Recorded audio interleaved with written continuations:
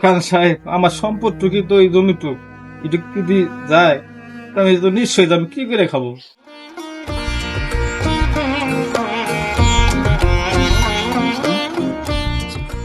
Hello ভাই, কি করস তুই? এই তো বসে আছি। আসলে কাজ আছে। আচ্ছা ভাই, ঠিক আছে। আচ্ছা সে বাড়ি আছে না? কে সে বাড়ি আছে? আছে তো? শুনেন,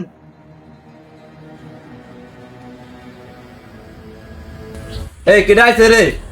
লিটন আইছে।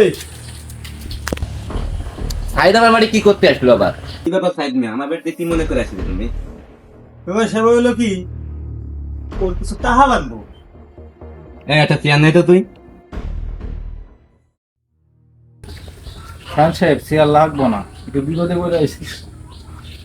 বিপদে পড়েছো বুঝলাম, আমি তো সুদ খাই। তুমি নাকি আমার বাড়িতে আসবে না, কোনোদিন আমার দেখতে পারো না, আমার বাড়িতে কি মনে করে? ভাই পিছনে কথা বলে সব বললে ধরুন ভাই, এখন খুব বিপদে পড়ে আইছি। আমার কিছু টাকা তখন যে ভাবে হোক, যেমনি হোক আমার কিছু টাকা দেন। আমার 50 টাকা লাগবে। আমার বউটা খুব অসুস্থ, চিকিৎসা না করলে ডাক্তার মারা যাবে পরে। থাক, কান্না করে না মিয়া, আমি তো কোনো মানুষের কোনো কিছু করি না, কিছু আনছুনির সাথে। খান সাহেব কি আনা লাগবো? এই যে ব্রিজের পাশে তোমার জমি আছে, ওরে নাই দিতে, তোমার মানুষ রেখে দিতাম, পরে দেবে টাকা দিতে, আবার ফেরত নিয়ে যেতে। খান সাহেব, আমার সম্পদটুকু তো এই জমিটুক, এটুকু যদি যায় আমি তো নিশ্চয়ই আমি কি করে খাবো? আরে সাইদ মিয়া, তোমার জমিকে আমি একেবারে নিয়ে যাবো নাকি? কোনো মানুষের রাখলাম, পরে টাকা দেবে, আবার জমি নিয়ে যাবা। অসহায় মানুষ, তোমার একটা হাত নাই, একটা জমির উপর তোমার নির্ভরশীল।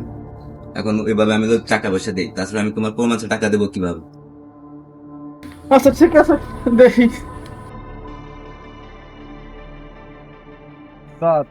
আইছি। গাইসা হ্যাঁ। ওই শুনস না? হ্যাঁ। আমার ড্রাইভার রে এই টাকা আছে, 7,000 টাকা দিয়ে আসো। হ্যাঁ, দিয়ে তুই শুনো, টাকাটা গুনে নাও।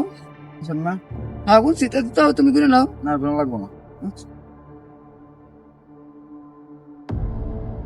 লিটন, হ্যাঁ, ওই যে আমার সলের হুম, ঘরের উপরে যে কার আছে না, কার উপর যে আমার দড়িটা আছে, এটা নিয়ে আয় যত দূর। আচ্ছা ঠিক আছে ঠিক আছে। এই বেটা, তুই আমার দাঁড়ায় রয়েছিস কেন? তোর কোন সময় চেয়ার যাইতিস। তাই তুমি বসো, চেয়ারের কাছে বসো, আমি চা নিয়ে আসি ঘর থেকে।